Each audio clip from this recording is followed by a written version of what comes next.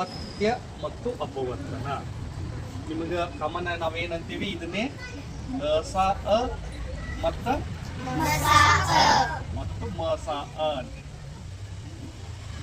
ಹೌದಾ?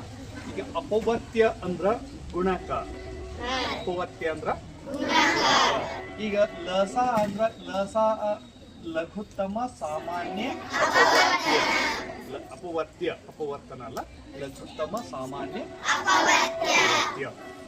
ಈಗ ಲಘುತ್ತಮ ಸಾಮಾನ್ಯ ಅಪವರ್ತ್ಯ ಅಂದ್ರೆ ಹೆಂಗ ಐಸತ್ತ ನಾವು ಒಂದು 4 ಮತ್ತ 6 ಮತ್ತ 8 ಇವು ಕೂಡ ಲಸ ತೆಗಿಬೇಕು.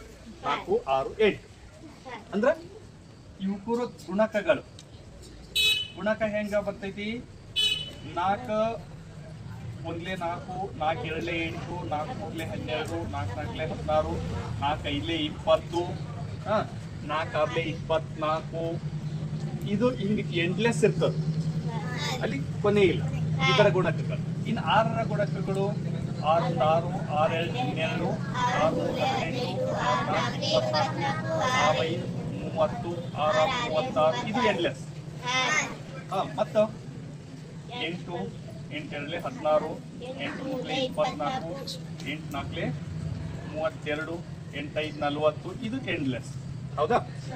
ಈಗ ನಮಗೆ ಲಘುತ್ತಮ ಅಂದ್ರ ಸಣ್ಣದ ಇರಬೇಕು, ಎಲ್ಲದರೊಳಗೂ ಇರಬೇಕು, ಮತ್ತ ಸಣ್ಣದಿರ್ಬೇಕು.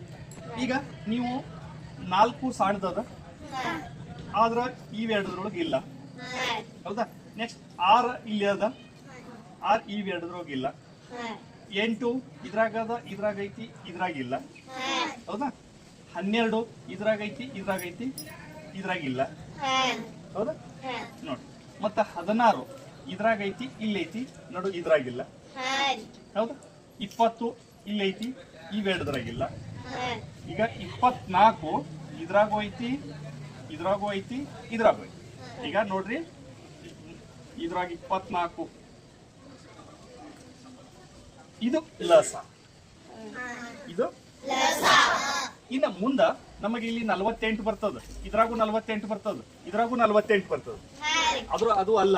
ಯಾಕ ಲಸ ಇದು ಅಂದ್ರ ಲಘುತ್ತಮ. ಲಘು ಅಂದ್ರ ಸಣ್ಣದು, ಅದು ಸಾಮಾನ್ಯ ಇರಬೇಕು, 3ರೊಳಗೂ ಇರಬೇಕು, ಅದು ಅಪವರ್ತ್ಯ ಗುಣಕ ಆಗಿರ್ಬೇಕು. ಅದಕ್ಕೆ ಅವಾಗ ನಾವು ಏನಂತ ಬರಿತೀವಿ? ಲಸ ಎಷ್ಟು? 24 1 ಈ ರೀತಿ. ಇನ್ನೊಂದು ಅಪವರ್ತನ ಕ್ರಮದಿಂದ ಮಾಡ್ತೀವಿ. ಇದನ್ನೇ ಅಪವರ್ತನ ಕ್ರಮದಿಂದ ಲಸ ಮಾಡ್ತೀವಿ. ಹೆಂಗ? ಈಗ 4